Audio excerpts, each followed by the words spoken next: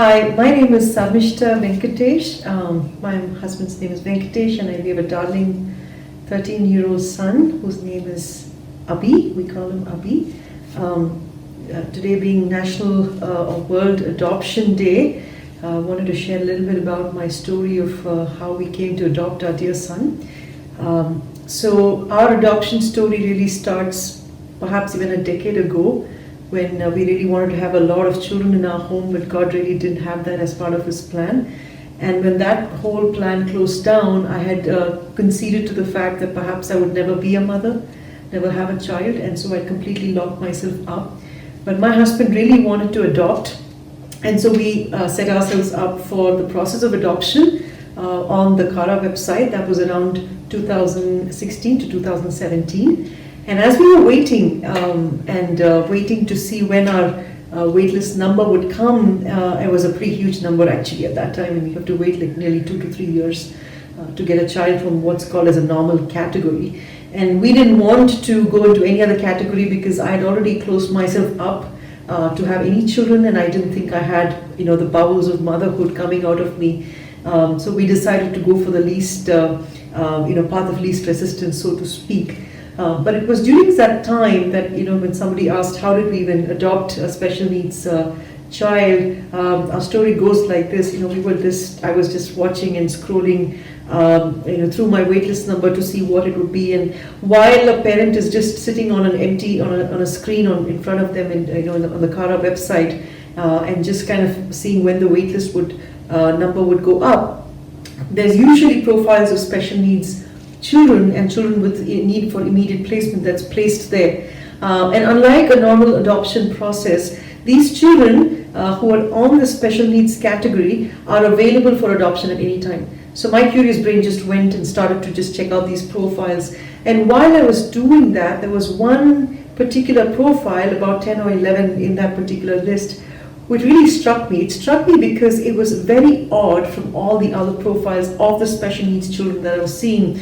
One, most of these children had just a row assigned to them, and alongside the row there'll just be one term defining what their special need or disability is. Well, I've seen something range from someone being dumb or mute or deaf to saying no problem, not sure, delayed milestones, missing toe, missing thumb, some such stuff. But when I came to this child, it was radically different from all these children. One, there was a huge list of disabilities, some of which I didn't even understand scientifically what that meant. There was something called spina bifida, myelomeningocele, hydrocephalus, and neurogenic, bladders, and so on and so forth. And I was like, what in the world are these things? And the second thing that really struck me was that compared to all these other children who typically had a profile photo which looked really grim and gloomy, with heads shaven, and they just didn't know where they were going and just looked really sad. This particular child had really ruffled hair, and he was just kind of folding his hands, and he was just giving me this really sporty look and saying, hey, why don't you come play with me, sort of an invitation. And he had a really cute smile too. And I just saw his photograph, and I saw all the disabilities that he was listed with. And the first thought that hit me was, boy, what are you doing here? And why are you not going home yet? And when I saw those disabilities, I realized immediately that now I know why this child isn't getting a home, because everyone's scared to look at a profile like this and say that you can take him home. And while I was musing and I was thinking about, oh, my little boy, who's going to bring you home? Do you even have a future? What's going to happen to you? Right at that moment, I could almost feel God knocking on the door of my heart saying, you are going to bring this child home. And that's how our story started. I would not say that I'm an adoption martyr, or somehow adoption was always on my mind, and as the special needs was something we really carried. No, not at all. If anything, I was as fearful, as doubtful, as suspicious, as risk-averse as any other parent would be, whether they had a biological child or they were looking at adoption. In fact, I was probably the least candidate for adopting, but God somehow put Abhi into our hearts, and after we got to know and we saw his photo, and God started opening up bowels of compassion, a fountain opened, and I could not put words into all of those emotions, because from that time on, I consistently knew that this was the child we were going to bring home. Of course, it came with a lot of challenges and struggles, because when we started to talk about this to our loved ones, we didn't have a rationale for why we wanted to bring him home. We didn't have a plan of action, we didn't have a plan of preparation. All we could do was talk to his foster dad and talk to his agencies and figure out what is the nature of his disability, how much care did he need. We got all of those checklist work done. But after we got all that done and we knew exactly what we were signing up for, we still knew that this is what God was calling us to do. And that really is what kept us going down this path of special needs adoption. So initially, while we were not met with a great deal of enthusiasm or reception, and a lot of times the journey was fairly lonely because we did not know what was going to happen next, we didn't know how to plan for it. But slowly, as we did our research and as we started to meet few well-wishers and friends who really came around us and said, you know what, if God is calling you to do this, we're going to do this together with you, we're going to walk with you with this together. That gave us the encouragement to be able to start researching and start talking to our son and trying to figure out what does he need if he needs to come into our home. So when he came home, and by the time he came home, I should let you know this, I've been a big champion for him even before he came home, and I began writing about him with the hope that when he does come home, people would know how to welcome him well. So I told someone recently, I feel like I'm actually this person walking into this huge thick jungle with a machete in my hand, and I'm just felling this forest of trees so that my son can wheel his wheels through that forest and find a pathway for himself. So in some ways I feel that what I've been doing as a mother, as a parent, along with my husband, is really felling the trees of suspicion, of doubt, of animosity towards children with disabilities, and helping them see that they want to wheel themselves into the same world, and you need to understand how you can provide that pathway for them to invade or to come into this world. And so as we were doing that, by the time he came home, he was very warmly received. My parents doted on him, embraced him, my in-laws, and just every friend, every family that we knew in the church, in the society, were just coming around him with love. And that gave my mama heart a big, big encouragement.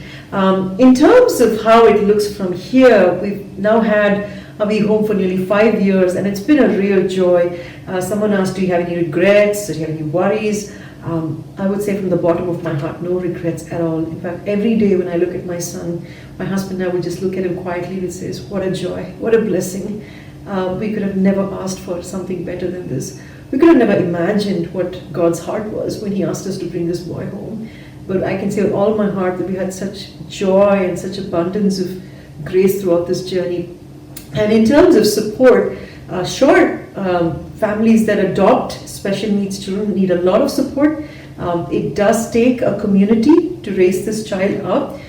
We've had a lot of support from well-wishers like Impact, where Ruben and Merlin have really come alongside Abhi in not only providing him with therapeutic needs and being a champion for him, but we've gotten wheelchairs gifted by different people. In fact, many things that Abhi possesses today were gifted by champions and well-wishers who came alongside him. We also have a beautiful and loving church community, which really knows how to come around Abhi and love him and include him in everything. We have families around us, sometimes neighbor friends who know how to sort of come around us as well and welcome him and make him feel warm and welcome. So in every sense, we have those integral support communities built into our society, which we're very grateful for. But beyond that, there are times when we do feel lonely in this journey. Sometimes we feel like we're just pioneering something and nobody seems to understand what we're doing here. Sometimes people like to stand off from us and just watch what we're doing and just be inspired by it, but never really come close enough to say, how can we come alongside and help you? So if you really want to support and help special needs families, here's some ways you can do it. One, be friends with them. Friendship is something that people long for, and friendship doesn't require that you need to pick up your friend's son and carry him or anything of that sort.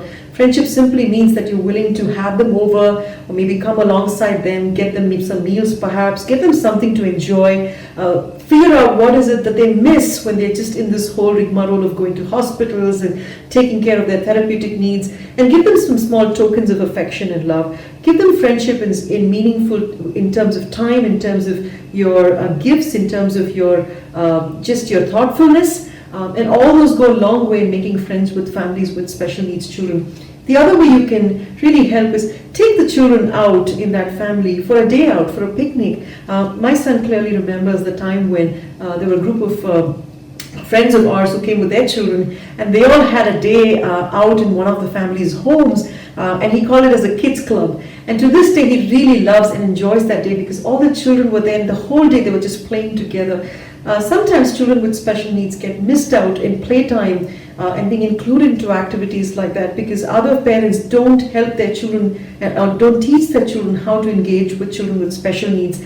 You can come a long way by teaching your children, saying, hey, why don't you go and have a play date with them, or invite one of our special needs kids to your homes and have a play date with them. That will go a long way in making that child feel included and special, but also knowing that they're not alone in this journey. So these are a couple of ways and simple ways in which you can help. The government and the systems are still not very well equipped to help with families with special needs. One of the things we really long for example, is somebody taking on the mantle of providing health insurances for children with special needs, because most private companies won't do that. If that's something that you would love to do, please sign up with some special needs families who might be willing to pay the premium you want in order to just get an insurance so their medical needs can be taken care of. And I'm sure the government will have schemes for that, but it really needs to step up a bit more, become more accessible for parents with special needs. So having said that, I do hope and I really hope that this World Adoption Day wouldn't just be another day where we put a banner up and just say, hey, happy World Adoption Day, but really it's a day where we remember how to help children with special needs, how to make this place accessible for them to be happy and whole. So God bless you and thank you so much.